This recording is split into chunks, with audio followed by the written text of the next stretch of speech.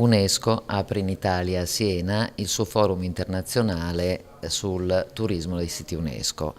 e mi è sembrata doverosa una presenza della regione Friuli Venezia Giulia in tutti i suoi siti UNESCO, che sono ben 5. Avremmo potuto fare un itinerario storico,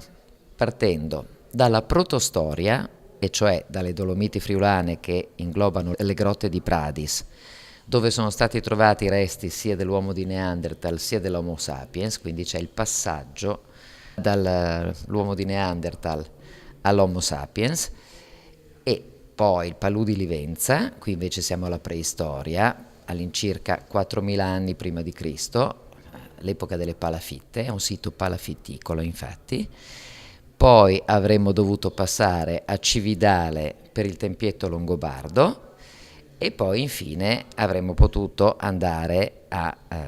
Palmanova per vedere le mura veneziane di Palmanova e concludere con Aquileia, anche se cronologicamente veniva tra il Palù di Livenza e